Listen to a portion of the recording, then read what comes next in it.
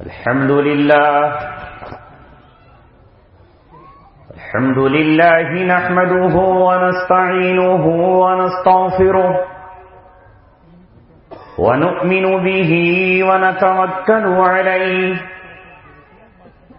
ونعوذ بالله من شرور أنفسنا ومن سيئات أعمالنا من يهده الله فلا مضل له ومن يضلله فلا هادي له ونشهد أن لا إله إلا الله وحده لا شريك له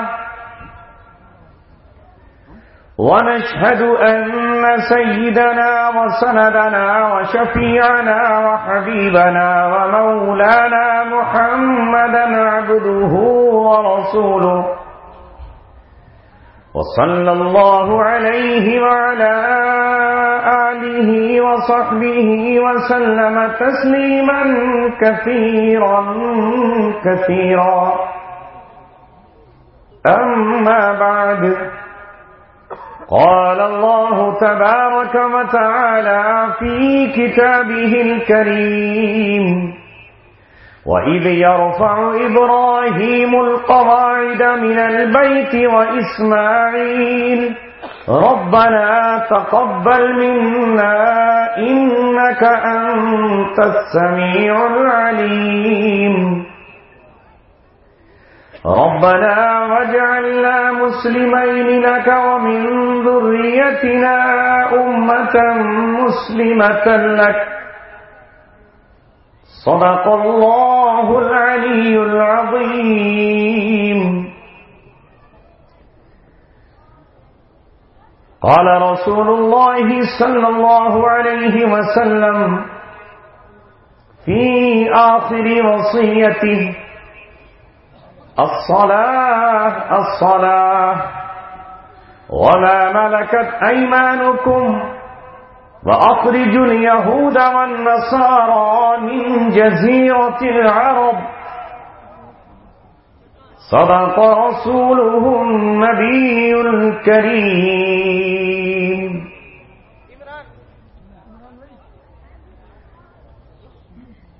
دنیا کو ہے پھر مار کے روح و بدن پیش، دنیا کو ہے پھر مار کے روح و بدن پیش،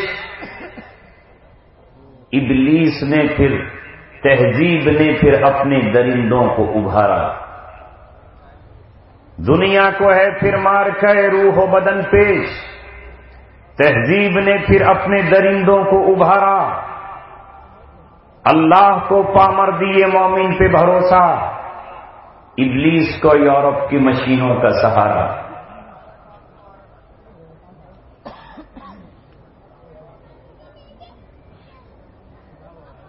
مکتبوں میں کہیں رانائی افکار بھی ہے، خانقاہوں میں کہیں لذت اسرار بھی ہے، منزل راہ رواں دور بھی ہے، دشوار بھی ہے. اس قافلے کا کوئی قافلہ سالار بھی ہے، بڑھ کے خیبر سے ہے یہ مار کے دین و وطن. اس زمانے میں کوئی حیدر کرار بھی ہے. محترم حضرات، جہاں تک آپ نے گفتگو سنی، میں اس سے آگے اپنی گفتگو کو جاری رکھتا ہوں. سب سے پہلی تقریر آپ نے مفتی رئیس صاحب سے سماعت فرمائی، کیونکہ آج کا اجلاس خانہ خدا کی عظمت اور اس کی نسبت پر ہے، اس کی توسیع اور اس کی تعمیر سے متعلق ہے. اس لیے وہ اسی کے متعلق گفتگو کر کے گئے. پھر اس کے بعد حضرت مولانا زبیر عالم صاحب سے آپ نے آپ صلی اللہ علیہ وسلم کی آخری وصیت سنی، جس میں آخری وصیت کی دو باتوں کی طرف وہ اشارہ فرما کر آپ سے رخصت ہوئے. وقت کی قلت تھی اور شاید جو تیسری بات تھی وہ لوگ تیسرے مقرر کو سونپ گئے. اس لیے میں نے سوچا کہ میں کیوں نہ انہی کی محفل سواروں اور میں وہ بات کہوں، انہی کی محفل سنوارتا ہوں، چراغ میرا ہے رات ان کی، انہی کے مطلب کی کہہ رہا ہوں، زبان میری ہے بات ان کی۔ کیا آپ چاہیں گے کہ آپ صلی اللہ علیہ وسلم کی اس وصیت کا تیسرا ٹکڑا جو آپ نے اپنے آخری وقت میں جبکہ لب حرکت کرنے سے قاصر ہیں، زبان تیز بولنے سے عاجز ہے، آواز کمزوری کی وجہ سے حلق میں گھٹی ہوئی ہے، لیکن آپ اپنے دل کی بات، آپ اپنی آخری وصیت، آپ اپنی آخری نصیحت امت کے حوالے کرنا چاہتے ہیں، صحابہ سے کچھ کہنا چاہتے ہیں، لبوں کو ہلتے ہوئے دیکھا، زبان کو حرکت میں دیکھا تو علی مرتضیٰ نے اپنے کان محمد رسول اللہ کے ہونٹوں کے قریب کر دیے تاکہ یہ پتہ چل سکے کہ آپ کیا کہہ کر جانا چاہتے ہیں۔ لہذا وہ آخری وصیت امت نے آج فراموش کر دی، بھلا دی۔ اسے گاندھی کے اپدیش یاد ہیں، اسے گوتم بدھ کی باتیں یاد ہیں، اسے کبیر کے دوہے یاد ہیں، اسے رام رحیم اور اسخان کی کویتائیں یاد ہیں، اسے شیکسپیئر کے ورڈ اور جملے یاد ہیں، اسے گرو نانک کے اپدیش یاد ہیں۔ اگر آج کا نوجوان، اگر آج کا مسلمان بھولا ہے تو اپنے نبی کی آخری وصیت کو بھولا چکا ہے، اسے بتایا نہیں گیا، اسے سمجھایا نہیں گیا، وہ حق کو حق نہیں جان رہا، وہ باطل کو باطل نہیں سمجھ رہا، وہ حق کو باطل کی کشمکش میں ادھر ادھر ٹکرے مارتا ہے، اور اسے کوئی یہ نہیں بتاتا کہ تیرے نبی کا آخری فرمان یہ ہے، آخری ان کا اعلان یہ۔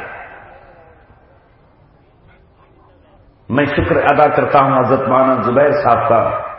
میں پریشان تھا کہ اس علاقے میں آج گفتگو کروں تو کس عنوان پہ کروں، بتاؤں تو کیا بتاؤں، اپنے بھی خفا مجھ سے ہیں، بیگانے بھی ناخوش، میں زہر حلاحل کو کبھی کہہ نہ سکا کم۔ آپ صلی اللہ علیہ وسلم نے اپنی آخری وصیت میں 3 باتیں اس امت کے سپرد کی ہیں۔ پہلا مرحلہ ہے نماز، نماز کی نگہبانی، نماز کی پاسداری، نماز کی حفاظت، نماز کا قیام، نماز کے لیے ہمیشہ کھڑے رہو، اس لیے کہ یہ نماز تمہاری آپس کی لڑائیوں کو ختم کرنے والی ہے۔ یہی وہ نماز ہے کہ جس میں آ کر صاحب محتاج و غنی ایک ہوئے، ایک ہی صف میں حکمراں ہے، اسی صف میں غلام ہے، اسی صف میں مزدور ہے، اسی صف میں طاقتور ہے، اور اسی صف میں وزیر ہے۔ یہ تمہارے جو جاہلیت کے بت ہیں کہ میں سید ہوں، وہ مرزا ہے، یہ افغان ہے، وہ پٹھان ہے، یہ شیخ ہے، وہ سید ہے، وہ آلہ ہے، یہ ادنا ہے۔ یہ نماز تمام جاہلیت کے بتوں کو توڑ دیتی ہے اور یہ کہتی ہے کہ آ گیا عین لڑائی۔ اگر وقت نماز قبلہ روحوں کے زمین بوس ہوئی، قوم حجاز ایک ہی صف میں کھڑے ہو گئے، محمود و ایاز، نہ کوئی بندہ رہا نہ کوئی بندہ نواز۔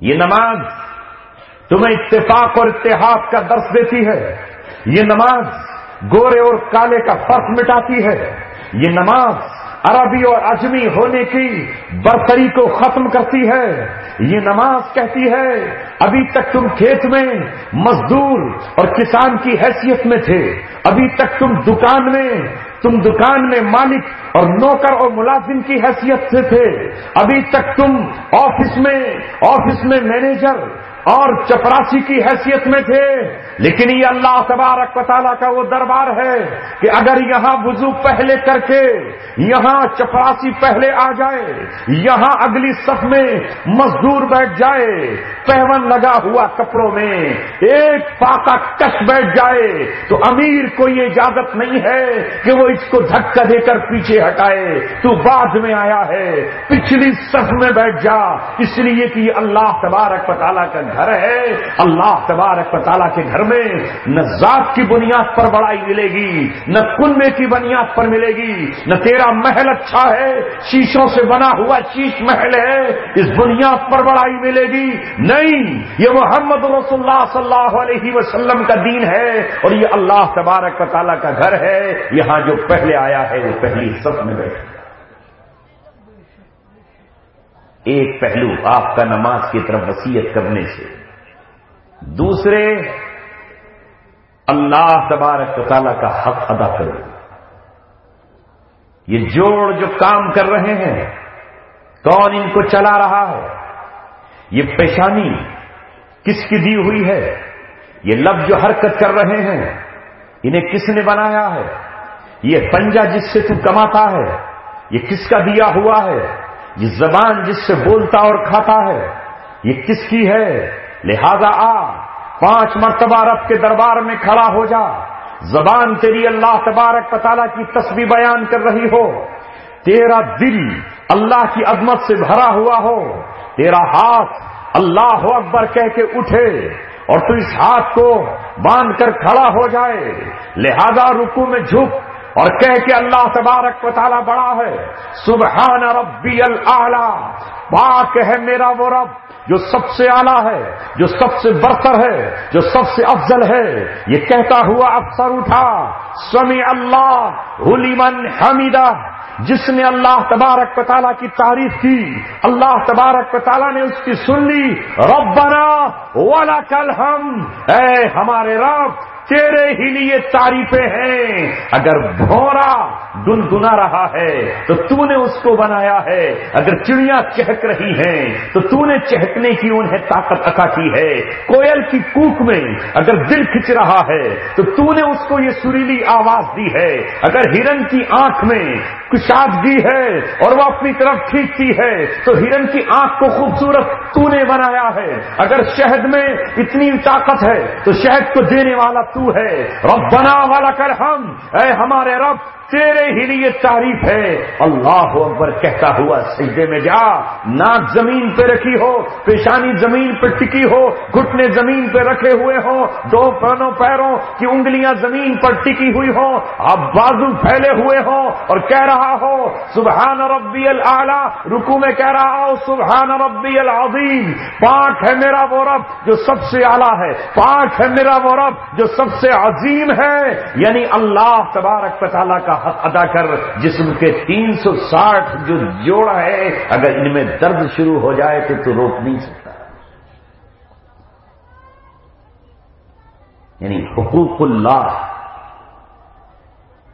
پہلا حق اللہ تبارک و تعالیٰ کا ہے، پہلا حق اللہ تبارک و تعالیٰ کا۔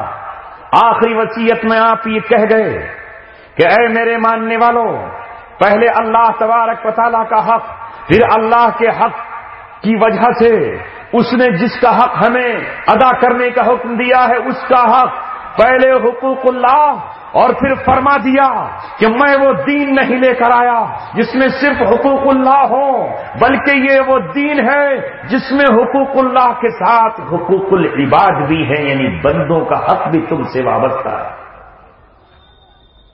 اور بندوں میں اس زمانے میں کمزور کون ہوتا تھا؟ غلام۔ وما ملکت ایمانکم کا ترجمہ کیا ہے؟ ملکت،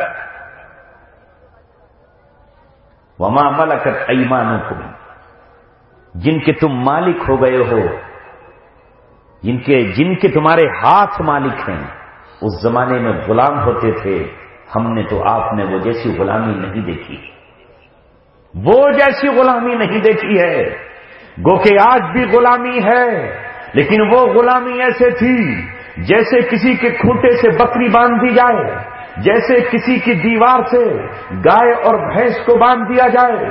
ایک انسان کا مالک ہوتا تھا، وہ غلام کی گردن مارے کوئی پوچھنے والا نہیں تھا، وہ غلام کا خون پی لے کوئی عدالت اس غلام کو حق دلانے والی نہ تھی، وہ غلام کے کاٹ کر ٹکڑے کر دے کوئی پوچھنے والا نہیں تھا، وہ غلام کو ہل میں جوتے اور جانوروں کی طرح پر سواری کرے کوئی پوچھنے والا نہیں تھا. آج اس کا غلام ہے، کل وہ اپنے غلام کو دوسرے کے ہاتھوں چند ٹکوں میں بیچ دے کوئی پوچھنے والا نہیں تھا. یہ تھا غلامی کا وہ تصور جو سب سے کمزور ترین مخلوق کہلاتی تھی. محمد رسول اللہ صلی اللہ علیہ وسلم نے کہا، اے میرے ماننے والے صحابہ، میری آخری وصیت میرے ایک ایک امتی کو پہنچا دینا، 21ویں صدی کا ہو یا وہ 22ویں صدی کا ہو، اس تک میرا پیغام پہنچا دینا.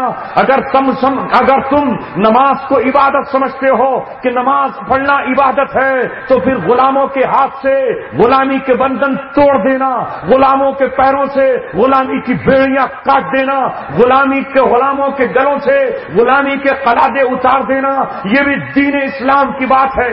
اپنی جھولی میں مال لے کر جانا، غلاموں کو آزاد کرا دینا. اے میرے صحابہ، اپنے گھوڑوں پر زینے کسنا، اپنے کاندھے پہ تلوار لٹکانا، اپنے دوسرے کاندھے میں ترکش و تیر لے کے چلے جانا، سمندروں کو عبور کرنا، دریاؤں کو پار اتر جانا، صحراؤں کو رون دینا، افریقہ میں پہنچنا اور غلاموں کو وہاں بھی آزادی دلانا، ہندوستان تک جانا اور غلاموں کو آزادی دلانا، دنیا کے آخری کنارے تک جہاں تک تم پہنچ سکتے ہو، خشکی کے راستے جانا، اور جہاں خشکی کے راستے نہیں پہنچ سکتے سمندر میں کشتیاں بنا کر کے جانا. اللہ تبارک و تعالی تمہیں اس کا اجر عطا فرمائے گا. یہ ہے وصیت، آپ کی وصیت، آخری وصیت. یہ 2 ٹکڑے ہوئے اور تیسرا ٹکڑا آپ صلی اللہ علیہ وسلم کا ہے جزیرہ عرب سے متعلق. غور سے سنو آج کے نوجوانوں، جس کے لیے آپ نے جلسہ سجایا ہے، جس کے لیے اللہ تبارک و تعالیٰ نے آپ کو ہمیں بلانے کے لیے بھیجا. تیسرا ٹکڑا ہے آپ صلی اللہ علیہ وسلم کا پہلا نماز، حقوق اللہ کا حق ادا کرنا، بندوں کے حق بھی نہ بھولنا. جب غلام کے حق کی بات کی تو پھر بیوی کا حق بھی ادا کرنا، پھر اپنی اولاد کا حق بھی ادا کرنا. ماؤں سے کہا اپنی اولاد کا حق ادا کرنا، باپ سے کہا اپنی اولاد کا حق ادا کرنا، بھائی سے کہا بھائی کا حق ادا کرنا، پڑوسی سے کہا پڑوسی کا حق ادا کرنا. آپ صلی اللہ علیہ وسلم نے کہا تمہارے سامنے کوئی ظالم کسی کو پیٹتا ہو تو آنکھیں بند کر کے مت نکل جانا، تمہارے سامنے کوئی ظلم و ستم کر رہا ہو تو نظریں چرا کے مت گزر جانا، بلکہ ظالم کا ہاتھ پکڑ کر اس کی کلائی کو مروڑ دینا، اس کے پنجے کو توڑ دینا، اس کے ہاتھ سے تلوار چھین کر اپنے ہاتھ میں لے کر مظلوم کے ساتھ کھڑے ہو جانا. حقوق العباد، بندوں کے حق ادا کرنا، جھوٹ مت بولنا، جھوٹی گواہی مت دینا، یہ رسول اللہ صلی اللہ علیہ وسلم فرما کر گئے. اسی کے ساتھ آپ نے جو تیسری بات کہی ہے وہ آپ کے حوالے کر رہا ہوں اور آپ کے ذریعے سے دوسروں تک پہنچانا چاہتا ہوں. امت کے نوجوانوں، تیسری بات محمد رسول اللہ صلی اللہ علیہ وسلم نے کہی، اخرج الیہود والنصارى، یہودیوں کو اور عیسائیوں کو نکال دینا. اخراج کہتے ہیں نکالنے کو، عربی میں اخراج کہتے ہیں نکالنے کو، خروج کہتے ہیں نکلنے کو. اخراج الیہود، یہودیوں کو نکال دینا. نصارہ کہتے ہیں عیسائیوں کو. عیسائی تو آپ جانتے ہیں، سمجھتے ہیں نا، یہودیوں کو بھی سمجھتے ہیں. جو اسرائیل میں رہتے ہیں وہ یہودی، جو حضرت عیسیٰ کو نہیں مانتے وہ یہودی کہلاتے ہیں. جن کے نقش قدم پر چلنے سے آپ ہر نماز میں اللہ تبارک و تعالی سے دعا کرتے ہیں، مولا غیر المغضوب علیہم ولا الضالین، ہمیں یہودیوں کے راستے پہ مت چلانا، ہمیں عیسائیوں کے نقش قدم پر مت چلانا۔ اہدنا الصراط المستقیم کے بعد آپ یہی کہتے ہیں، امام آپ کا یہی کہتا ہے، تنہا نماز پڑھنے والا یہی کہتا ہے۔ آپ صلی اللہ علیہ وسلم نے صحابہ سے کہا، میں نے یہودیوں کو خیبر سے نکالا، میں نے یہودیوں کو مدینہ سے نکالا۔ یہودیوں کے 3 قبیلے تھے مدینہ میں، ایک کا نام بنو قینقاع تھا، اسے آپ نے غزوہ بدر کے بعد نکال دیا۔ دوسرے کا نام بنو نذیر تھا، اسے آپ نے احد کے بعد نکالا۔ تیسرے کا نام بنو قریظہ تھا، اسے آپ نے غزوہ خندق کے بعد نکال باہر کیا۔ اس کے نوجوانوں کو آپ نے تحت کیا، غلاموں کو، ان کے بچوں کو غلام اور ان کی عورتوں کو باندی بنایا۔ محمد رسول اللہ صلی اللہ علیہ وسلم نے اپنے صحابہ سے کہا، اے میرے صحابہ، میرا تو وقت آ گیا، 12 ربیع الاول پیر کا دن سن 11 ہجری میں تو رفیق اعلیٰ سے مل جاؤں گا، لیکن میں اپنی وصیت تمہیں کر کے جا رہا ہوں۔ اگر میں تم سے یہ کہہ رہا ہوں کہ نماز خانہ کعبہ میں بھی ادا کرنا، تو میں تم سے یہ بھی کہہ رہا ہوں کہ یہود و نصارہ کو جزیرہ عرب سے باہر نکالنا، اس وقت تک چین سے نہ بیٹھنا جب تک ان میں کا ایک یہاں سے نہ نکل جائے۔ کیوں؟ آپ کے ذہن میں سوال پیدا ہوگا، یہ نوجوان بچے ہیں، سوچ رہے ہوں گے کہ کیوں؟ آج کا دور ہوتا تو میڈیا آج بھی چیخ اٹھتا اور اس فیصلے کو ظلم قرار دیتا۔ آج کا دور ہوتا تو ظلم قرار دیا جاتا کہ نہیں؟ ہر ٹی وی چینل یہ کہتا نہیں کہتا کہ یہودیوں کا کیا قصور ہے، انہیں کیوں یہاں سے نکالا جائے؟ آج پورے کے پورے کھڑے ہو جاتے کہ نہیں کھڑے ہو جاتے؟ شور مچتا کہ نہیں مچتا؟ اس وقت بھی شور مچا، لیکن وہ صحابہ تھے، وہ محمد رسول اللہ کے ماننے والے تھے، ان کی نظروں کے سامنے قرآن اور نبی کے فرمان کے سوا کچھ نہیں تھا۔ زمانے کو اچھا لگے یا برا لگے، وہ دنیا سے ڈرنے والے نہیں تھے۔ ان کی شان قرآن نے بیان کی ہے، وَلَا يَخَافُونَ لَوْمَةَ لَائِمٍ، وہ ملامت کرنے والوں کی ملامت کی پرواہ نہیں کریں گے۔ ہم تو یہ سوچتے ہیں کہ میاں ہمیں لوگ کیا کہیں گے، بھلا کیا کہے گا اور بھلا کیا کہے گا۔ انہیں تو پرواہ اس بات کی تھی کہ ہمیں رب کا فرمان پورا کرنا ہے، ہمارا نبی ہم سے کیا کہہ رہا ہے۔ آپ کو پرواہ ہے کہ ٹیلی ویژن پہ بیٹھے ہوئے لوگ کیا کہیں۔ آج کا دور ہوتا تو کیا قرار دیا جاتا، کیوں نکالا جا رہا ہے؟ اس لیے یہ وجہ بیان کرنا چاہتا ہوں۔ جس طرح مسجد اللہ تبارک و تعالیٰ کا گھر ہے، کوئی کتا اس میں داخل ہو سکتا ہے، کوئی خنزیر اس میں جا سکتا ہے، کوئی مشرک تمہاری مسجد میں جا سکتا ہے کہ لاؤ میں بھی چلا جاؤں؟ کیوں؟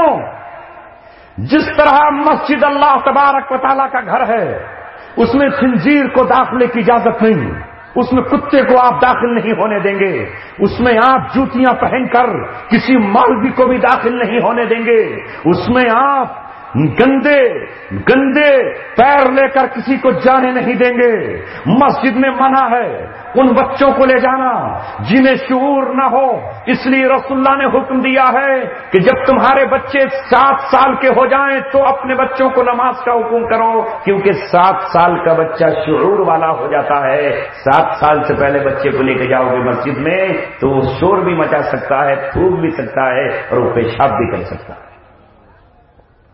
اس لیے آپ نے فرمایا اپنی مسجدوں کو پاگلوں اور دیوانوں سے، مجنونوں سے بچاؤ۔ مگر ہمارا تو الٹا حال ہے کہ ہم 7 سال کے بچے کو تو لے کر نہیں جاتے، 3 سال والے کو بغل میں دبا کے لے جاتے ہیں جو چوں چوں کرتا ہوگا۔ یہ شوق دکھاتے ہیں کہ یہ 3 سال سے مسجد میں آنا چاہ رہا ہے۔ 10 سال والا گھر میں لیٹا ہے، 11 سال والے پہ سختی نہیں ہے۔ یہ جو 3 سال کا ہے، بیوی چونکہ روٹی پکا رہی ہے، اسے دکھانے کے لیے لاتا ہے کہ یہ میرا 3 سالہ بچہ اور 4 سالہ یہ جمعے کی نماز پڑھنے کے لیے آیا ہے، جبکہ آپ صلی اللہ علیہ وسلم نے فرمایا مروا اولادکم اذا كانوا ابناء 7، جب وہ 7 سال کے ہو جائیں تو اپنے بچوں کو نماز کا حکم کرو پیار کے ساتھ۔ 3 سال تک پیار کے ساتھ آ جائے، کبھی نہیں آئے، آئے نہیں آئے، لیکن جب 10 سال کا ہو جائے تو سختی کرو. مگر ہمارے تو انداز ہی نرالے ہیں، الٹی ہی چال چلتے ہیں. ہمارا تو حال یہ ہے، جو ہمارے آقا کہیں وہ ہم کرنے کے لیے تیار نہیں ہیں. جو ہم سے رسول اللہ کہیں وہ بات ہمیں اچھی نہیں لگ رہی ہے. لہذا آپ صلی اللہ علیہ وسلم نے جس طرح مسجد کو کہا کہ مسجدوں کو آپ پاک رکھیں، واحدنا الی ابراہیم و اسماعیل ان طہر بیتی للطائفین والعاکفین والرکع السجود. اللہ تعالیٰ کہتا ہے کہ ہم نے ابراہیم و اسماعیل سے اپنا گھر ہی نہیں بنوایا، بلکہ ابراہیم اور اسماعیل سے عہد لیا، عہد و پیمان لیا، ہم نے معاہدہ لیا، میثاق لیا کہ تم میرے گھر کو پاک رکھو گے، یعنی کوئی ناپاک اس میں داخل نہیں ہوگا. تم میرے گھر کو ظاہری گندگی سے بھی پاک رکھو گے، کوئی ناپاک اندر داخل نہیں ہو جائے. یہی وجہ ہے کہ ایمان والا بھی مرد ہو یا عورت، اگر اس پہ غسل فرض ہو گیا ہے، وہ اس پر نہانا واجب ہو گیا ہے، تو مسجد کی چہار دیواری میں قدم نہیں رکھ سکتا. ہے مسئلہ کہ نہیں ہے؟ ارے ناپاک آدمی مسجد میں چلا جائے گا جس پہ غسل فرض ہو؟ یہ حکم ہے مسجد کا. یہی اندرونی گندگی ہو یا بیرونی گندگی ہو، مسجد میں داخل نہ ہو. ہم نے ابراہیم اور اسماعیل سے عہد لیا، لہذا وہ عہد یہ ظاہری گندگی کا تھا. اسی طرح خانہ کعبہ میں بت نہ رکھے کوئی. یہ مسلمانوں کی ذمہ داری ہے کہ وہ اپنی مسجدوں کی حفاظت کریں. معاف کریے گا مجھے، سچ کہوں گا تو آج آپ کے حلق سے نیچے نہیں اترے گا، اس لیے کہ حق کڑوا ہوتا ہے، نیم سے زیادہ کڑوا ہوتا ہے. بابری مسجد کی حفاظت کی ذمہ داری حکومت ہند کی نہ تھی، بابری مسجد کی حفاظت کی ذمہ داری عیسائی حکومت کی نہ تھی، بابری مسجد کی حفاظت کی ذمہ داری ہندوستان پر بسنے والے 25 کروڑ مسلمانوں کی تھی اور ہے. حکومت سے مطالبہ کرنے والوں، تم ہو اللہ تبارک و تعالیٰ کے گھر کے پاسباں، تم ہو اللہ کے گھروں کے متولی، تم کو اللہ تبارک و تعالیٰ نے اپنے گھر کی چابیاں دی ہیں. مطالبہ اللہ کے گھر کا دوسروں سے کرتے ہو کہ تم ہمارے اللہ کے گھروں کی حفاظت تم کرو. ہم نے تو اپنے ہاتھوں میں چوڑیاں پہن لی. مطالبہ ان سے ہوتا ہے. صحابہ کرام کی جو شان بیان کی ہے، انما یامر مساجد اللہ، وہ مسجدوں کو آباد کرتے ہیں، وہ مسجدوں کو تعمیر کرتے ہیں. کون؟ من آمن باللہ والیوم الآخر، جو اللہ پر ایمان لاتے ہیں اور جو آخرت پر ایمان لاتے ہیں. ولم یخش الا اللہ، جو اللہ تبارک و تعالیٰ کے علاوہ کسی سے نہیں ڈرتے. ہمارا حال یہ ہے کہ ہم اللہ ہی سے نہیں ڈرتے، باقی سب سے ڈرتے ہیں. ہم جب تقریر کرنے جاتے ہیں تو کوئی اس کان میں، کوئی اس کان میں، کوئی آگے اور پیچھے کہتا ہے مولانا یہ بات مت کہنا، وہ مت کہنا، ایسا مت کہنا، حالات خراب ہو جائیں گے. ہمارا تو پتہ نہیں آپ کے جانے کے بعد کیا ہو جائے گا. ایسا لگتا ہے جیسے موت کا پیغام ان کے اوپر آ جائے گا، اور جب اسرائیل آئیں گے تو ان سے کیا کہیں گے؟ جہاں تہاں ولم یخش الا اللہ، وہ کون جو اللہ تبارک و تعالیٰ کے علاوہ کسی سے نہیں ڈرتے.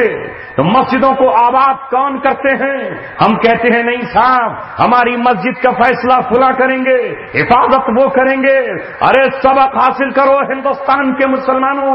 اس ملک میں رہتے ہوئے ایک وہ قوم ہے جس کی تعداد کل 1.5 کروڑ ہے، اور جن کو سکھ کہا جاتا ہے، جن کا دھرم اور دین سکھ ہے. ایک وہ قوم ہے اور ایک تم ہو جن کی تعداد 30 کروڑ ہے، جن کو یہ ناز ہے کہ جنگ آزادی میں انہوں نے حصہ لیا ہے. ان کا گولڈن ٹیمپل توڑا گیا، بھنڈرا والا اس میں رہا کرتا تھا، لیکن اس قوم نے یہ کہا کہ ہم اس کو دوبارہ تعمیر تم سے کرا کے رہیں گے، اور ایک تم ہو کہ 6 دسمبر 1992 سے لے کر آج تک بابری مسجد تمہارا انتظار کر رہی ہے، اور اس کی در و دیوار تمہاری پیشانیوں کو ترس رہے ہیں، اور آپ کہہ رہے ہیں کہ ہم تو ہائی کورٹ کا فیصلہ مانیں گے، جو سپریم کورٹ کہے گا وہ مانیں گے، اور جو وہ چاہیں گے وہ کریں گے، ہمیں اس سے کیا لینا دینا۔ گویا ہم نے آج یہ اعلان کر دیا، اللہ ہم تیرے گھروں کی حفاظت کے قابل نہ رہے، ہم تیرے گھروں کو بتوں سے بچانے کے قابل نہ رہے، ہم تیرے گھروں کو خنزیر و بندروں سے بچانے کے قابل نہ رہے۔ یہ یہاں کی صورتحال ہے، اور آگے بڑھو تو یہی حال اور دنیا کی مساجد کا ہے۔ اے مسلمانوں، کل صحابہ کرام نے اپنا سب کچھ داؤں پر لگایا، رسول اللہ کی وصیتوں پر عمل کیا، اور ان کی وصیت پر عمل کرتے ہوئے صحابہ کرام رضوان اللہ علیہم اجمعین نے آپ کی آخری وصیت کو پورا کیا۔ بتانے یہ جا رہا تھا کہ کیوں جزیرے عرب سے انہیں نکالا جائے گا، یہ میں نہیں، اللہ تبارک و تعالیٰ کی کتاب نے فیصلہ کر دیا، سن 9 ہجری میں فیصلہ کر دیا، انما المشرکون نجس، جو اللہ تبارک و تعالیٰ کے ساتھ کیڑوں مکوڑوں کو شریک ٹھہراتے ہیں وہ ناپاک ہیں، وہ اللہ کے گھر بیت اللہ میں داخل نہ ہو، لہذا یہ جزیرہ عرب وہ مقدس مقام ہے، جزیرہ عرب وہ پاکیزہ جگہ ہے جہاں اللہ تبارک و تعالیٰ کے انبیاء آرام فرما رہے ہیں، جہاں انبیاء کے صحابہ آرام کر رہے ہیں، جہاں اللہ تبارک و تعالیٰ کا ایک حرم خانہ کعبہ ہے، دوسرا حرم بیت المقدس ہے، اور تیسرا حرم رسول اللہ صلی اللہ علیہ وسلم کا گنبد خضرا مسجد نبوی اور مدینہ منورہ ہے، لہذا ان کی حیثیت بھی روئے زمین پر وہ ہے جو مسجد کی حیثیت ہوا ہے۔ کچھ سمجھ میں آیا؟ وہاں کون رہے گا؟ صرف اہل ایمان رہیں گے۔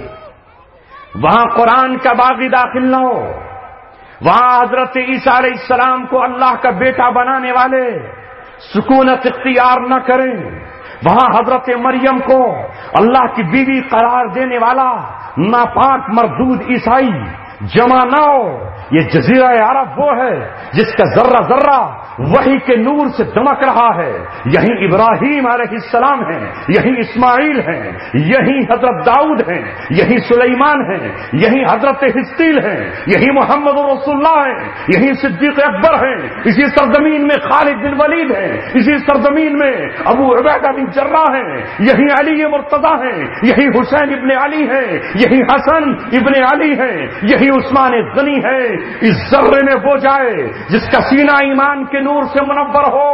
آپ صلی اللہ علیہ وسلم نے اپنی آخری وصیت میں ایک سیاسی فیصلہ کیا، ایک پولیٹیکل فیصلہ کیا، اے میرے غلاموں اور میرے دیوانوں، میں تو اپنے مولا سے جا ملا ہوں، تم سے رابطہ تو رہے گا، پیر و جمعرات کے دن تمہارے اعمال مجھ تک پہنچتے رہیں گے، میری نظریں تم پر لگی رہیں گی، میں تمہیں دیکھتا رہوں گا۔ وہ کون سا دن آئے گا کہ جب تم یہودیوں کے لیے ایک فرمان جاری کرو گے، ایک آرڈر جاری کرو گے، اے لوگوں چھوڑ کر یہ دھرتی نکل جاؤ، یہاں وہ رہے گا جو قرآن پہ ایمان رکھتا ہے، یہاں وہ رہے گا جو رسول اللہ کو خاتم النبیین مانتا ہے، یہاں وہ رہے گا جو حضرت عیسیٰ کو روح اللہ مانتا ہے، اللہ کا بیٹا نہیں مانتا، یہاں وہ رہے گا جو موسیٰ علیہ السلام کو کلیم اللہ مانتا ہے۔ اللہ اکبر! محمد رسول اللہ کے غلاموں نے ہماری اور آپ کی طرح سونے اور چاندی سے محبت نہ کی، ہمارے اور آپ کی طرح ساز اور میوزک اور ناچ اور گانے سے محبت نہ کی، ہمارے اور آپ کی طرح شراب کے جاموں سے محبت نہ کی، ہمارے اور آپ کی طرح عورت کی زلفوں سے محبت نہ کی، ہمارے اور آپ کی طرح انہوں نے زنانہ لباس نہیں پہنے، ہاتھوں میں کانچ کی چوڑیاں نہیں پہنی، پیروں میں انہوں نے گھنگرو نہیں باندھے۔ محمد رسول اللہ کا غلام حضرت عمر ابن خطاب رضی اللہ تعالیٰ عنہ نے جب جزیرہ عرب کو فتح کر کے ایران کو فتح کر لیا، شام کے علاقوں پر قبضہ کر لیا، بیت المقدس کو فتح کر لیا، اعلان فرما دیا یہودیوں سنو، عیسائیوں سنو، آج میں اپنے نبی کی آخری وصیت کو زمین پہ نافذ کروں۔ آرڈر جاری ہو گیا۔ کیا تھا وہ آرڈر؟ آج یہود و نصارہ ایسے ہی نکل جائیں جزیرہ عرب سے جیسے کل مدینہ سے نکلے تھے، نہیں نکلو گے تو ہم بزور طاقت بزور شمشیر نکالیں گے۔ ہے ہمیں احساس کچھ؟ اب دنیا کا منظرنامہ کتنا بدل گیا، ہم کس دور میں زندگی جی رہے ہیں۔ کل محمد رسول اللہ کی وصیت پہ عمل کرنے کے لیے ابو ایوب انصاری رضی اللہ تعالیٰ عنہ 100 سال کی عمر میں قسطنطنیہ کا رخ کیا، زندگی بھر قسطنطنیہ کی طرف بڑھتے رہے، اور جب ان کا آخری وقت آیا تو اپنے ساتھیوں سے کہا جب میری روح نکل جائے تو میری لاش کو اونٹ پہ رکھ دینا، اپنی کمانوں پہ تیر چڑھا لینا، اپنے ہاتھوں میں نیزے تھام لینا، اور اپنے ہاتھوں میں بازوؤں میں شمشیریں برہنہ کر لینا۔ جتنا تم رومیوں کی طرف بڑھ سکتے ہو، جتنا عیسائیوں کے علاقے کی طرف میری لاش کو لے جا سکتے ہو، جتنا تمہارے سینے ان کے تیروں کا مقابلہ کر سکتے ہو، مجھے لے جانا۔ جہاں تمہارے سینے جواب دے دیں، جہاں تمہارے قدم ٹک جائیں، وہی قبر کھود کر میرے جسم کو دفن کر دینا۔ جب قبر میں محمد رسول اللہ سے ملوں تو اپنے محبوب سے کہوں اے میرے محبوب، پوری زندگی تیرے ساتھ رہا، بدر میں بھی رہا، احد میں رہا، احزاب میں رہا، اب میں مرنے کے بعد بھی دشمن کے علاقے کی طرف بڑھتا چلا گیا۔ پیر چلنے کے قابل تھے تو پیروں سے چلا، گھٹنے چلنے کے قابل تھے تو ان کے سہارے چلا، لیکن جب اس لائق نہ تھا تو اونٹ پر مردہ حالت میں بھی چلا ہوں۔ کل اللہ کے سامنے گواہی دے دینا کہ ابو ایوب انصاری نے تیری وصیت اور تیری نصیحت کو پورا کر دیا ہے۔ غلاموں کے ہاتھ سے غلامی کی زنجیریں کاٹنے کے لیے ہم نے جزیرہ عرب کو چھوڑ کر ترک وطن کیا۔ ہم کس دور میں جی رہے ہیں؟ وہ جو غلامی سے نجات دلانے کے لیے آئے تھے وہ آج خود غلام ہیں، وہ خود غلام ہیں۔ اللہ اکبر! سمجھو یا نہ سمجھو، جانو یا نہ جانو، آئے وہ جزیرہ عرب جسے عمر ابن خطاب نے آزاد کرایا۔ آج اس جزیرہ عرب کی صورتحال کیا ہے؟ اے کھیتوں میں کمانے والوں، اے میرے نوجوانوں، اس کی صورتحال کیا ہے آج؟ کوئی بتانے والا نہیں۔ لاکھوں کی تعداد میں وہاں یہود و نصارہ کے فوجی پڑے ہوئے ہیں۔ حرمین شریفین کے چاروں طرف 32 اڈے عیسائیوں کے اور امریکہ کے ایٹمی ہتھیاروں سے لیس پڑے ہوئے ہیں، جہاں ان کی عورتیں ننگے بدن پھرتی ہیں۔ وہ جب چاہتے ہیں اس پاک سرزمین پر ناپاک جانور کا گوشت کھاتے ہیں، وہ جب چاہتے ہیں وہاں شراب کے جام پیتے ہیں، وہ جس ہوٹل میں چاہتے ہیں 5 اسٹار ہو یا 7 اسٹار وہاں زنا کاریاں کرتے ہیں۔ دبئی کا کیا حال ہے، جہاں کنیسے اور عیسائیوں کے چرچ بنائے جا رہے ہیں، جہاں اللہ تبارک و تعالیٰ کو شرک ٹھہرائے جانے والے صنم قدے اور عبادت گاہیں تعمیر کی جا رہی ہیں۔ جزیرہ عرب میں آج یہود و نصارہ کی فوجیں دن دہاڑے دندنا رہی ہیں۔ نہر سویز میں ان کے بیڑے پڑے ہوئے ہیں، عرب کا سمندر ان کے جہازوں سے ہے، اور اتنا ہی نہیں کہ خالی ان کا قبضہ ہے بلکہ روزانہ ہوائی جہاز اڑ رہے ہیں، روزانہ ہیلی کاپٹر اڑ رہے ہیں، اور نشانہ کون؟ محمد رسول اللہ کی وہ بیٹیاں جو گھروں میں برقع پہنے ہوئے ہیں، میرے نبی کے وہ امتی جن کے دامن پر کوئی گناہ نہیں ہے۔ آج بیرل بم عراق کے اس شہر میں گرا، آج رقہ میں گرا، تو آج موصل میں گرا، تو آج کرکوک میں گرا، تو آج ملک شام کے ادلب میں گرا، تو آج حلب میں گرا، آج دیالہ میں گرا، کوئی پوچھنے والا نہیں۔ روزانہ کفن خریدے جاتے ہیں، جلتی ہوئی انسانوں کی لاشیں ہیں، لکڑیاں نہیں جلائی جا رہی، انسانوں کے جسموں سے تاپا جا رہا ہے۔ یہود و نصارہ وہاں پر موجود ہے، امت کے پاس آنسو نہیں جو ان مظلوموں کے لیے بہا سکے، امت کے پاس لہو نہیں جو وہ ان مریضوں کو دے سکے، ان زخمیوں کو دے سکے۔ ملک شام کے 8 لاکھ پناہ گزین بھوک سے مر گئے، امت کے پاس پیسہ نہیں جو ان کو جا کے روٹی کا ٹکڑا دے سکے۔ ماں کی چھاتیوں سے بھوک کی وجہ سے دودھ خشک ہو گیا، نہ جانے کتنے معصوم بچے بھوک سے اور پیاس سے تڑپتے تڑپتے دنیا سے رخصت ہو گئے۔ اے میرے نوجوانوں، اے لوگوں، ہم کسے بتائیں اور کسے سنائیں اور کس سے کہیں؟ ایک طرف امت مسلمہ کا یہ حال، ایک طرف ہمارے امیروں کا یہ حال کہ ان کے کتوں کے لیے جاپان سے اور پیرس اور فرانس سے بسکٹ خریدے جا رہے ہیں۔ کتوں کے لیے بسکٹ ہیں، مظلوم امت کے لیے نہیں۔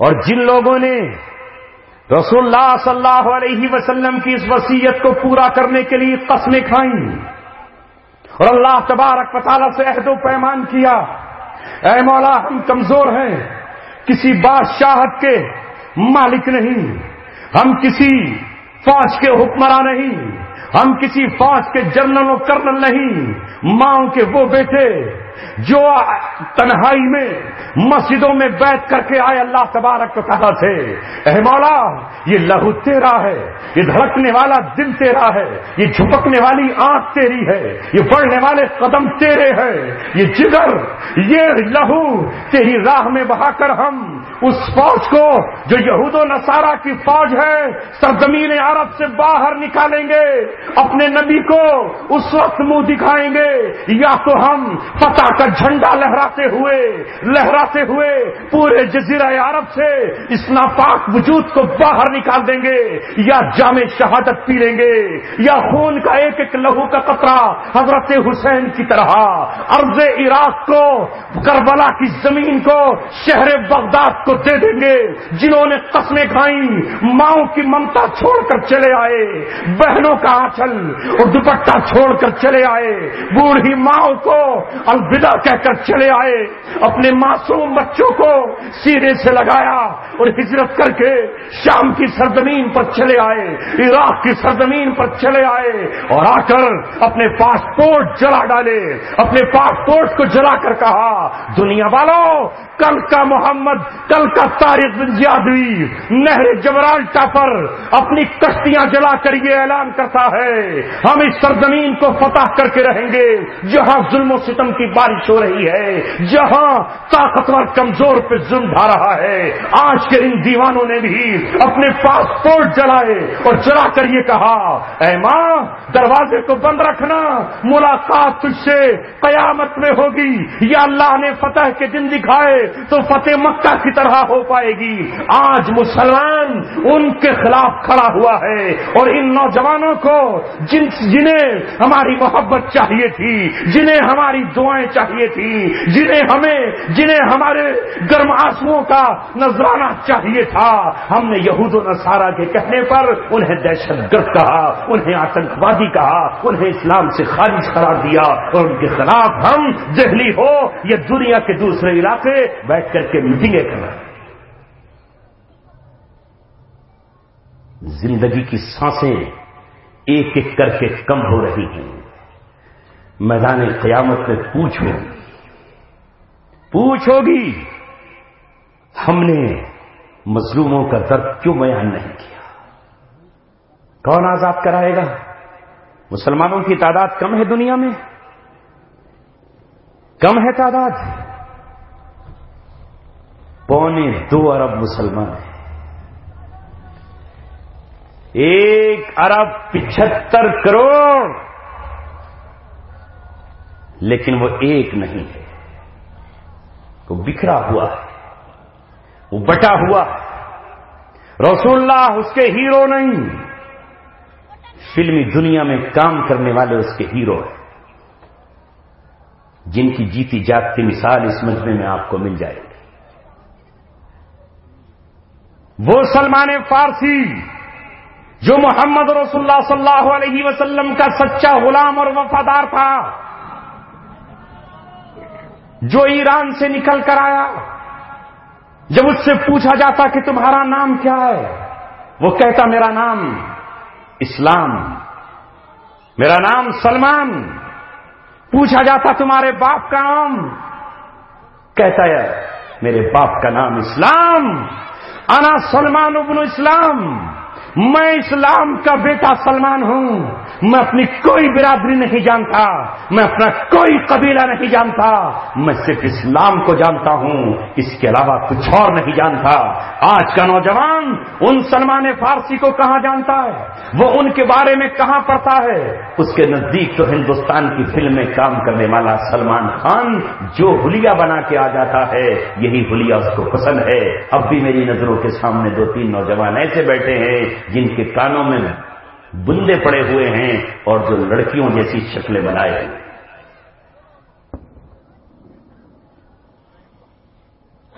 جنہیں دیکھ کے زنانگی شرم آ رہی ہے، عورتوں کو شرم آ رہی ہے۔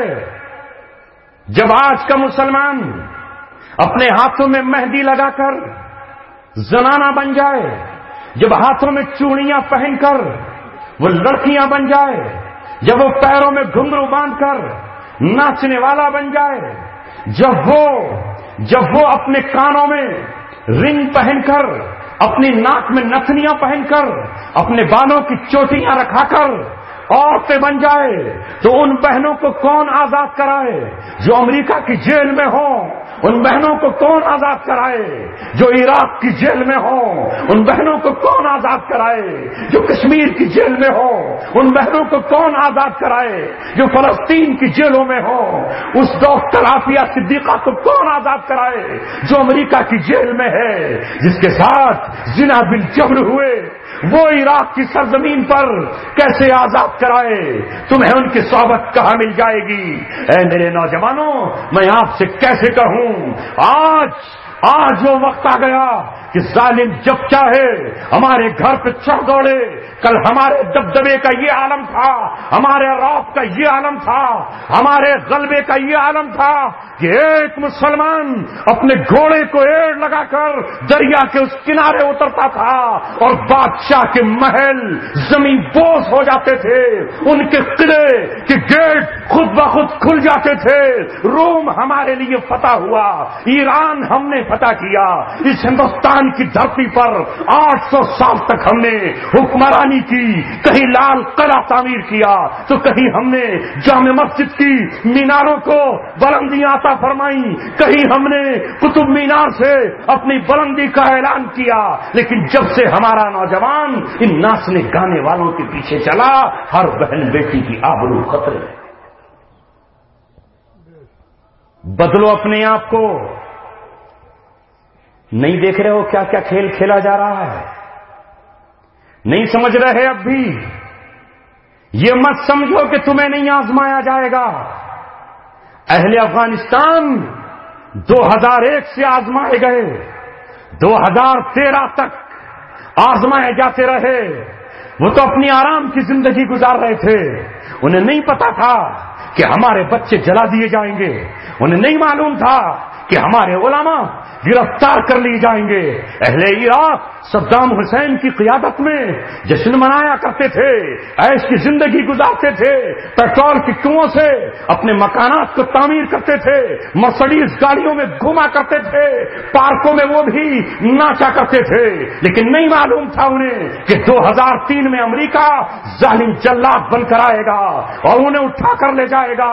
وہ بیٹیاں جن کی حیا پر فرشتے بھی شرما جاتے تھے، وہ بیٹیاں جن کی غیرت پر فرشتے ناز کیا کرتے تھے، وہ جیل میں ابو غریب جیل میں ڈال دی گئی، ان کے ساتھ زنا بالجبر ہوئے۔ ایک بہن کا خط آیا جس نے پوری دنیا کے مسلمانوں کو پکار کر کہا، میں نے کئی تقریروں میں کہا ہے، نیٹ پر میری تقریر سننے والوں تم یہ مت سمجھنا کہ میرے پاس مضمون نہیں ہے، میں کئی سال کے بعد اس شہر میں داخل ہوا ہوں، اس لیے دوبارہ اس بات کو دہراتا ہوں۔ فاطمہ بہن ابو غریب جیل سے عراق سے خط لکھتی رہی، اپنے بھائیوں کو آواز دیتی رہی، وہ دنیا سے چلا گیا۔ سعودی عرب کا حکمراں اسے غیرت نہیں آئی، ایک فوجی اس نے نہیں بھیجا، ایک اس نے جرنیل نہیں بھیجا، ایک طیارہ نہیں بھیجا، کیونکہ اس کے باپ دادا 1932 میں امریکہ سے دوستی کر چکے تھے، اس سے یاری کر چکے تھے، اس کا استقبال کر چکے تھے، وہ غم یاد نہیں آیا۔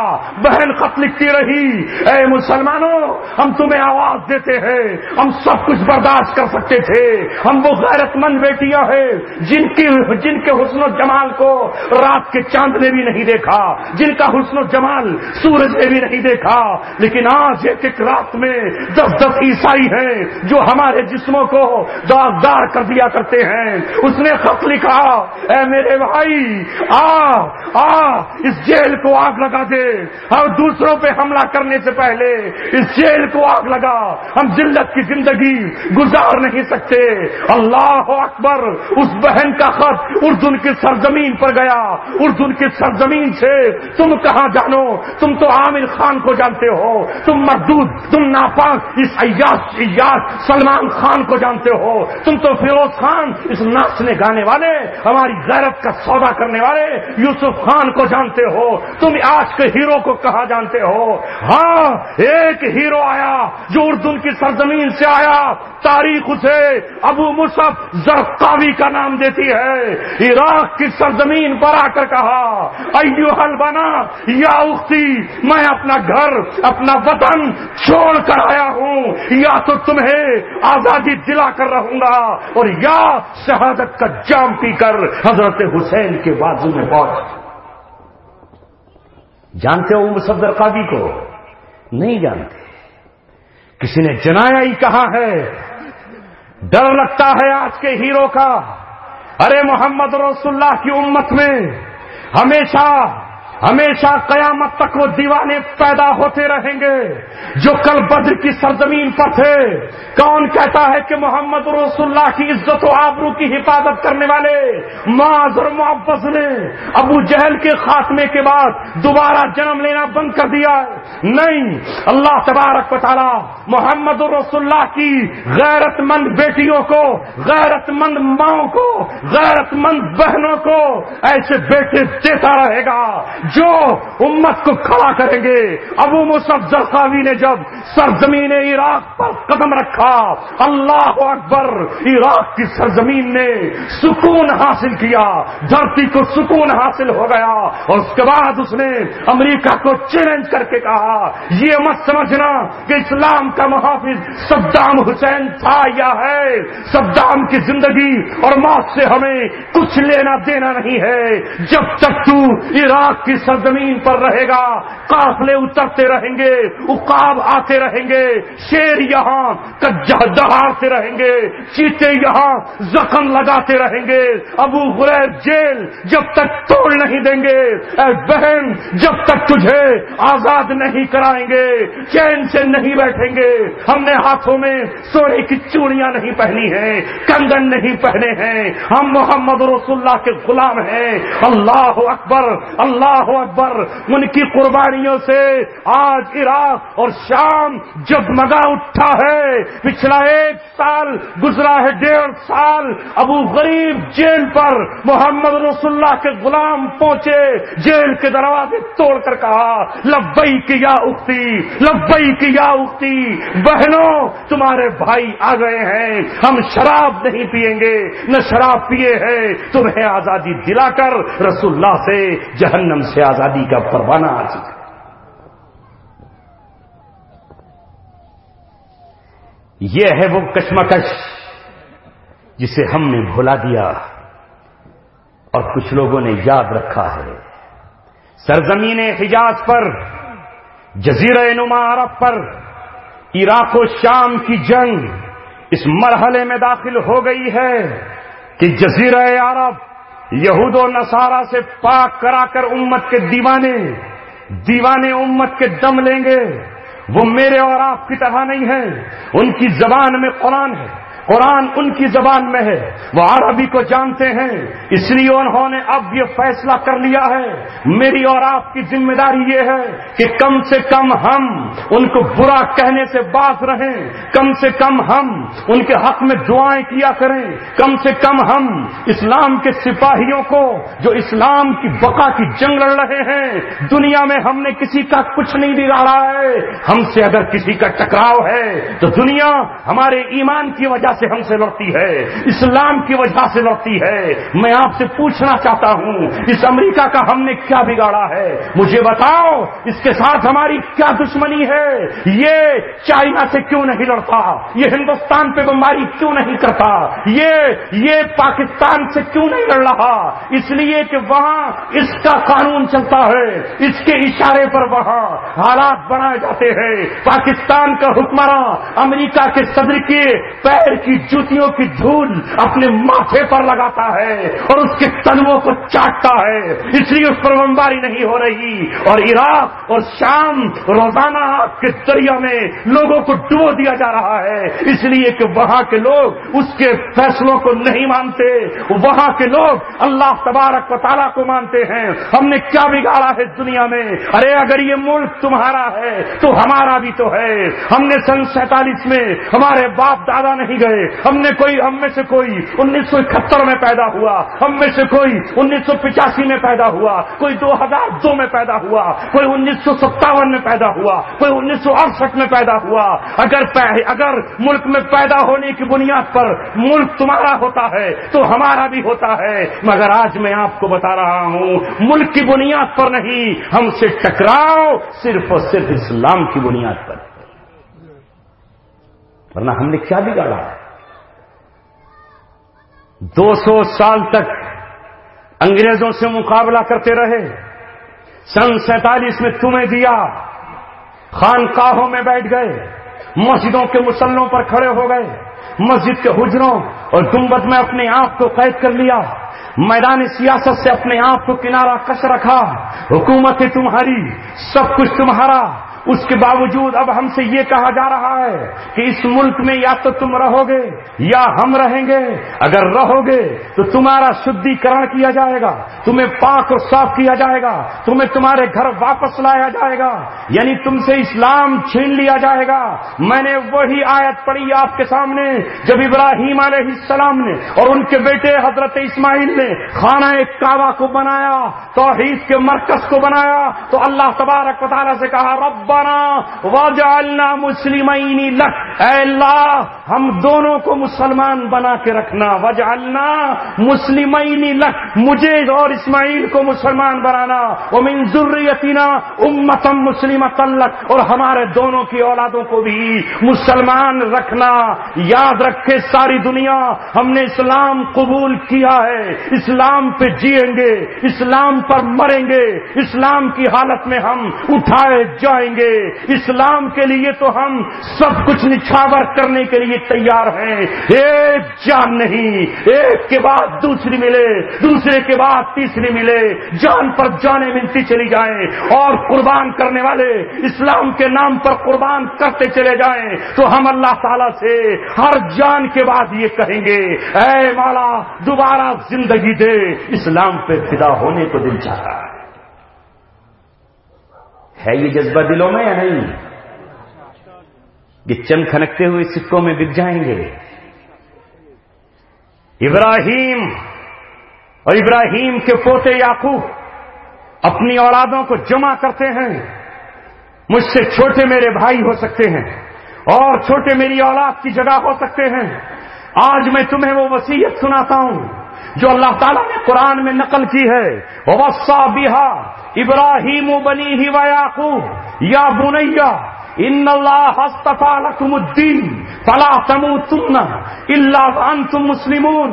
ابراہیم نے اپنے بیٹوں کو جمع کیا۔ اللہ اکبر! موحدوں کا امام، نمرود سے ٹکر لینے والا، آگ کے دریا میں چھلانگ لگا دینے والا ابراہیم، موحدوں کا امام، سید الموحدین، نبیوں کا والد، رسولوں کا باپ، اپنی اولاد کو جمع کر کے کہتا ہے ان اللہ اصطفیٰ لکم الدین، اللہ نے تمہارے لیے دین کو پسند کیا ہے۔ فلا تموتن الا وانتم مسلمون، تمہیں موت نہ آئے مگر اس حال میں کہ تم مسلمان ہو۔ آج گھروں کی فکر نہیں، آج مکانوں کی فکر نہیں، آج باغوں کی فکر نہیں، وہ مرحلہ گیا ہے جو پچھلی قوموں نے انبیاء سے کہا لئن لم تنتہی، اگر تو باز نہیں آیا لارجمنکم، تو پتھروں سے مار کے تجھے ہلاک کر دیں گے۔ وہ مرحلہ آ گیا ہے جب یہ دعوت دی جانے لگی ہے کہ یا تو یہ دھرتی چھوڑو یا اسلام چھوڑو۔ وہ مرحلہ آ گیا ہے جو مکے میں کہا گیا تھا اگر یہاں رہو گے تو تمہیں اپنا دین بدلنا ہوگا۔ اللہ اکبر! نبی اور نبی کے دیوانوں نے کہا اس مٹی کی کوئی قیمت نہیں ہے، ان پہاڑوں کی کوئی قیمت نہیں ہے، اسلام کے لیے تو وطن قربان ہے، اسلام کے لیے باغات قربان ہیں۔ لہذا بیٹی مکہ میں چھوڑی، خود مدینہ نکل گئے۔ بوڑھا باپ ابو بکر صدیق نے مکہ میں چھوڑا، اپنی بیٹی عائشہ اور بیٹی اسما کو مکہ میں چھوڑا اور محمد رسول اللہ کے ساتھ مدینہ منورہ نکل گئے۔ ابو سلمہ نے اپنے بیٹے سلمہ اور اپنی بیوی ام سلمہ کو مکہ میں چھوڑا اور ہجرت کر کے مدینہ منورہ نکل گئے۔ تمہیں بتانے والوں نے بتایا نہیں، یہ ٹی وی پر بیٹھنے والا مولوی تمہیں صحیح نہیں بتائے گا۔ اے ہندوستان کے لوگوں، تمہیں بات کرنا ہے تو حق پرست علماء سے بات کرو۔ یہ ٹی وی پر بیٹھ کے اپنا ایمان بیچنے والا، سستی شہرت پانے والا تمہیں حق نہیں بتائے گا۔ ہمارے یہاں اسلام کے نام پر وطن کو چھوڑ دینا ہجرت کہلاتا ہے، اور ہجرت ماضی کے تمام گناہوں کو معاف کر دیتی ہے۔ ارے ہم تو منتظر ہیں وہ گھڑی آئے تو صحیح جب ہم دارالاسلام کی طرف ہجرت کر رہے ہو اور اپنے نبی کی سنت کو زندہ کر رہے ہیں۔ اے عزیزوں اور ساتھیوں، وقت آ گیا ہے جب کھڑے ہو کر حجت کے طور پر کہو جو نوح علیہ السلام نے کہا، جمع کر لو اپنی تمام طاقتوں کو، ساری سازشیں اکٹھی کر لو، تم ہمارا کچھ نہیں بگاڑ پاؤ گے۔ اسلام اللہ تبارک و تعالیٰ کا دین ہے، اور اسلام کا کلمہ پڑھ لینے کے بعد ہم اللہ تبارک و تعالیٰ کی فوج کے سپاہی ہیں۔ یہ الگ بات ہے کہ ہمارے کچھ فوجیوں نے شراب کے جام پینا شروع کر دیے ہیں اور اپنا مرتبہ گھٹا دیا ہے۔ یہ الگ بات ہے کہ ہمارے کچھ نوجوانوں نے نبی سے محبت کرنا چھوڑ دی ہے، اتنی جتنی کرنا چاہیے تھی۔ محبت تو کرتا ہے مگر اتنی نہیں کر رہا جتنی فلمی دنیا کے ایکٹروں سے کر رہا ہے، جتنی ڈھولک بجانے والوں سے کر رہا ہے۔ لیکن ایسا نہیں کہ پوری دنیا میں لوگ موجود نہ ہوں۔ الحمدللہ، فرانس ہو یا برطانیہ، عراق ہو یا شام، فلسطین ہو یا لیبیا، یمن ہو یا صومالیہ، نائجیریا ہو یا شیشان، افغانستان ہو یا وزیرستان، چاٹگام ہو یا ہندوستان، ایسے دیوانے اللہ تبارک و تعالیٰ کے آج بھی موجود ہیں جو اللہ کی نصرت کو زمین پر اتار سکتے ہیں، آج بھی موجود ہیں جو جبریل کے گھوڑے کو زمین پر لا سکتے ہیں، آج بھی امت کے وہ دیوانے موجود ہیں جو بدر کا سما سجا سکتے ہیں، جن کی مدد کے لیے اللہ ڈائریکٹ اپنے ہاتھ میں جنگ کی کمان لے سکتا ہے۔ ہمارا برا چاہنے والوں، ہم نے آج تک کبھی کسی کا برا نہیں چاہا۔ دنیا پر ہم نے رول کیا ہے، ہم نے حکمرانی کی ہے، اور ہماری حکمرانی کسی ایک خطے پر نہ تھی۔ رب کعبہ کی قسم، یورپ ہمارا تھا، قسطنطنیہ ہمارا تھا، ترکی ہمارا تھا، جزیرہ عرب ہمارا تھا، یہ ہندوستان اور بنگلہ دیش اور چاٹگام ہمارا تھا۔ 800 سال تک ہم حکمراں رہے، ہم نے ایک کو بھی ظلم کی تلوار سے کبھی نہیں ستایا، جس طرح دنیا آج ہمیں ستا رہی ہے اور ہمارا صفایا کرنا چاہتی ہے۔ اگر ہم اپنے مد مقابل قوموں کو طاقت و ظلم کی بنیاد پر قتل کرتے تو رب کعبہ کی قسم 1400 سال میں دنیا پر کوئی چوہے کا بچہ نظر نہیں آتا۔ مگر ہم انصاف کرتے ہیں، ہم عدل کرتے ہیں، قوت میں ہو تو، طاقت میں ہو تو۔ اب تمہارا اقتدار اور ظلم اللہ تبارک و تعالیٰ نے دیکھ لیا۔ اے میرے نوجوانوں، میں آپ کو یہی پیغام دینے کے لیے آیا ہوں، رسول اللہ کی سچی محبت اپنے دل میں اختیار کر لو، چہروں پر داڑیاں سجاؤ۔ اگر ہندوستان کا 1.5 کروڑ سکھ پگڑی اور داڑھی کے ساتھ بہت زیادہ نظر آتا ہے، بس میں اکیلا ہو تو سکھ دکھائی دیتا ہے، ہوائی جہاز میں بیٹھا ہو تو سکھ دھرم کی نمائندگی کرتا نظر آتا ہے، اگر اسٹیشن پر کھڑا ہو تو سکھ دھرم کی رہنمائی کرتا نظر آتا ہے۔ اگر ہندوستان کا 30 کروڑ مسلمان اور ساری دنیا کا 1.25 ارب مسلمان اپنے چہروں پر داڑیاں سجائے اور اپنے سروں پر ٹوپیاں اور پگڑیاں رکھ کر نکل جائے، رب کعبہ کی قسم دنیا باطل کے دل دہل جائیں گے اور اللہ کی طرف سے تمہارا پھر رعب و دبدبہ قائم ہو جائے گا۔ مگر ہم کیا کریں؟ ہم نام کے رہ گئے، ہم نام کے مسلمان رہ گئے۔ پھر سے تبدیل کرو کہ داڑھی والوں کو روٹی نہیں ملتی، کیا انہیں بیویاں نہیں ملتی؟ اگر نہیں ملتی تو میں کوارا ہوتا۔ مولانا زبیر کی بیوی نہیں ہوتی، اور جتنے یہ علماء ہیں سب کے سب الگ کھڑے نظر آتے آپ کو، لیکن ایسا نہیں ہے جیسا آپ سوچتے ہو۔ اپنے آپ کو بدلو، جس طرح دنیا میں اللہ تعالیٰ نے اب فیصلہ کر لیا ہے، آخری امت ہم ہیں، ہمارے بعد کوئی امت نہیں۔ 4000 سال تک اللہ کا جھنڈا اٹھانے والی قوم، جس دن خانہ کعبہ قبلہ بنا دیا گیا، معزول کر دی گئی، اسے اللہ تبارک و تعالیٰ کتاب نہیں دے گا۔ کتاب تو قرآن ہمارے پاس ہے۔ 1776 سے امریکہ دنیا پر حکمرانی کر چکا، یاد رکھو اب اللہ تبارک و تعالیٰ ہمیں حکمرانی دے گا۔ میں اگر پھرتا ہوں تو اللہ میرا محتاج نہیں ہے، جس طرح مولانا زبیر نے کہا یا مولانا رئیس نے کہا، اگر تم الگ چلے جاؤ گے تو اللہ تبارک و تعالیٰ تمہارا محتاج نہیں ہے۔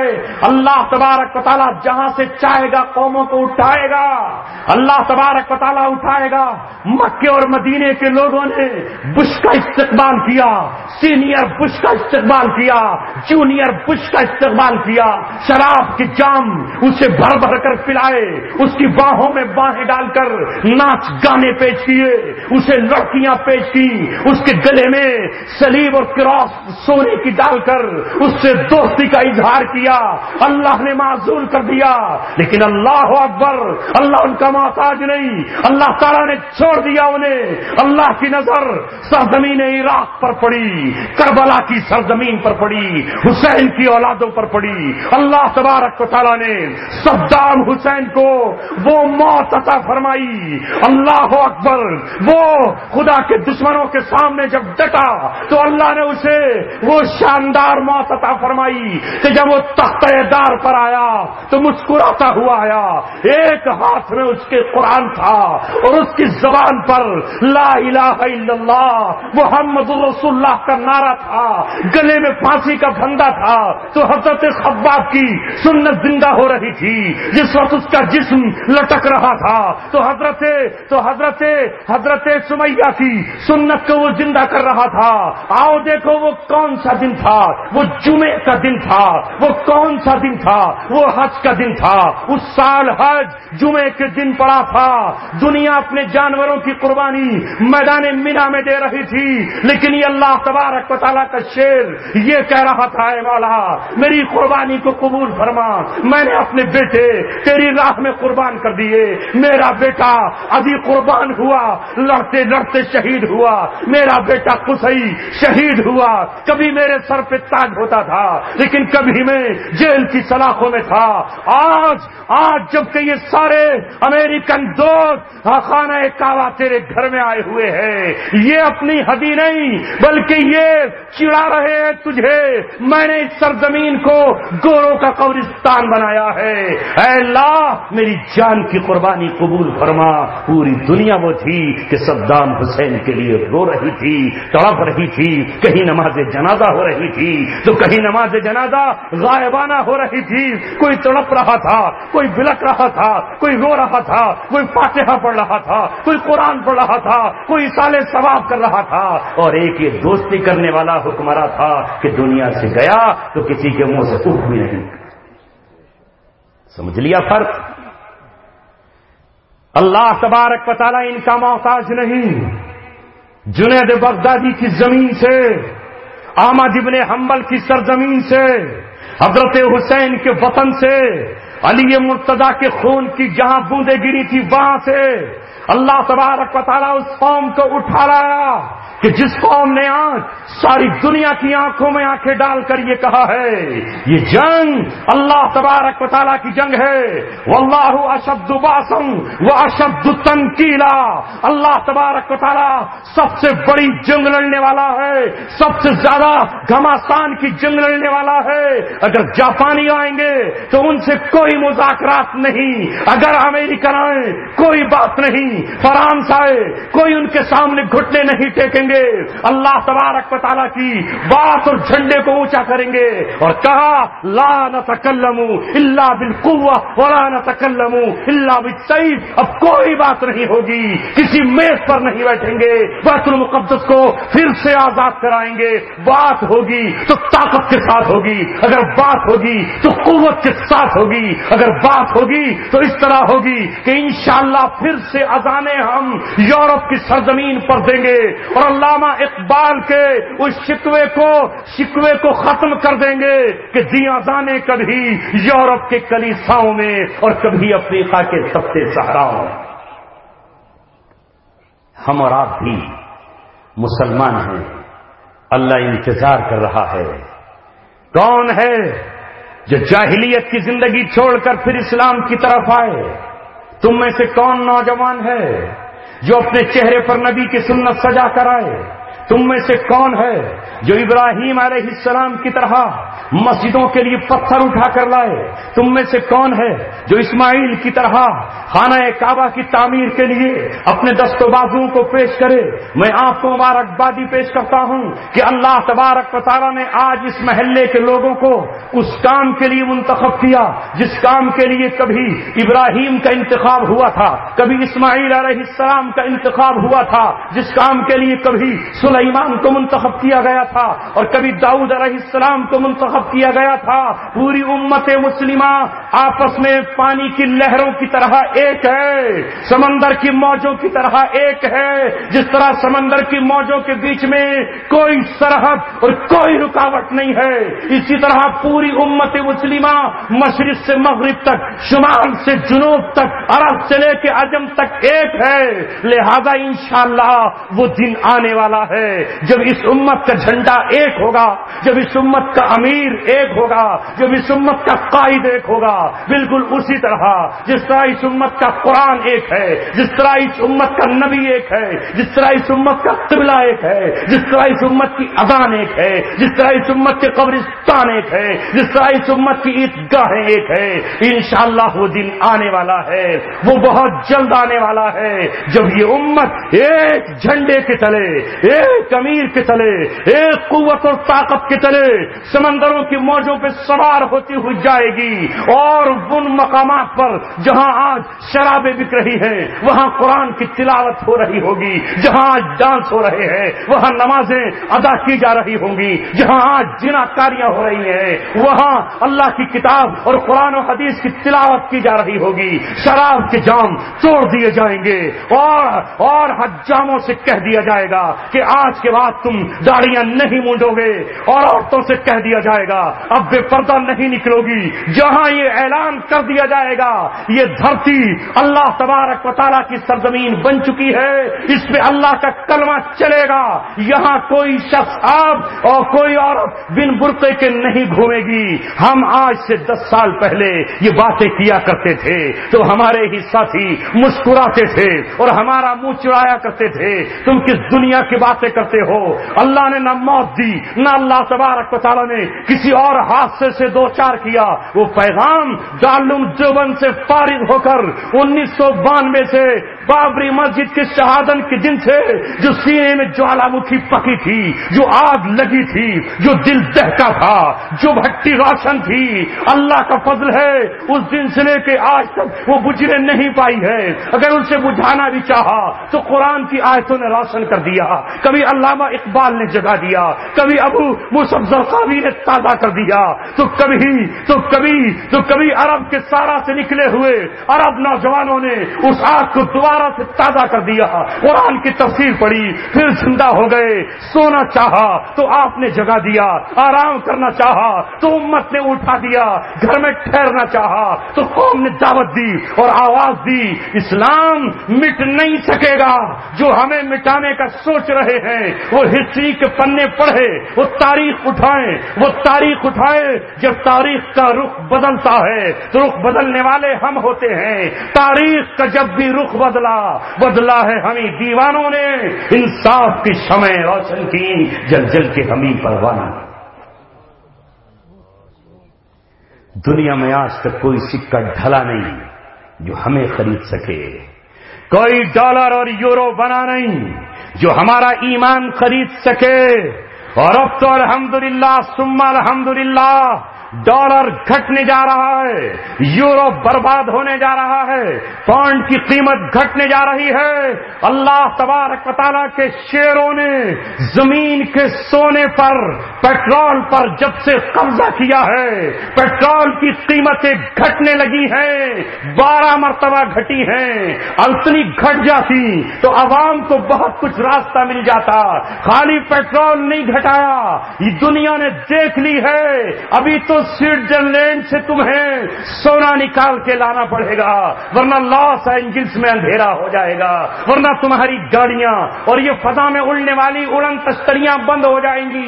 اس لیے کہ تیل ہمارے رب نے اگر دیا ہے تو عرب کی سرزمین کو دیا ہے، محمد کے غلاموں کو دیا ہے، نبی کے دین کے وارثوں کو دیا ہے، جن کو کعبہ دیا ہے انہی کو پیٹرول دیا ہے، جنہیں بیت المقدس دیا ہے انہی کو ڈیزل دیا ہے، جنہیں اپنا نبی دیا ہے انہی کو اللہ تبارک و تعالیٰ نے سونے اور چاندی کے پہاڑ دیے ہیں۔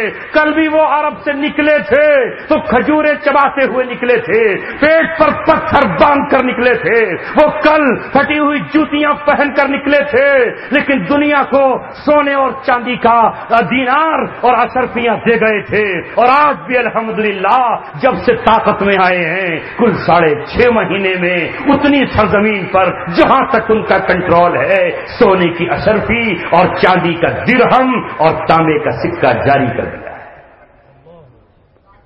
اور انشاءاللہ یہ قافلہ رکے گا نہیں، بڑھتا چلا جائے گا۔ بس انہی الفاظ کے ساتھ چونکہ آپ تھک بھی چکے ہوں گے، 3 مولوی گرجے، 3 بادل برسے اور آپ اپنی جگہ پر جمع رہے، آپ کی قوتوں کو سلام، آپ کے جذبوں کو سلام۔ اللہ تبارک و تعالی آپ کی اس مسجد کو قائم رکھے اور ہماری بھی اس میں حصے داری۔ حضرت مفتی شاہ نواز صاحب، شاہد صاحب اور خصوصاً بجنور کے گاؤں نگلی سے تعلق رکھنے والے حضرات جن کی بستی میں جاتا رہا ہوں، ان کی دعوت پر میں آیا۔ میرا حصہ اس میں تب ہوگا جب میرے کہنے سے بھی آپ یہاں ایک رومال پر جو کچھ آپ کے پاس ہے، چونکہ موٹی موٹی رقمیں تو مولانا آپ سے لے چکے ہیں، میں چھوٹا آدمی ہوں، چھوٹا ہوں، بڑی بات کہہ نہیں سکتا، اس لیے چھوٹی رقم جس میں خلوص، وفا، پیار، اخلاص ہو، وہ یہاں اس رومال پر آپ ڈال دیں، آپ ڈال دیں گے، اس کے بعد انشاءاللہ دعا ہو جائے گی۔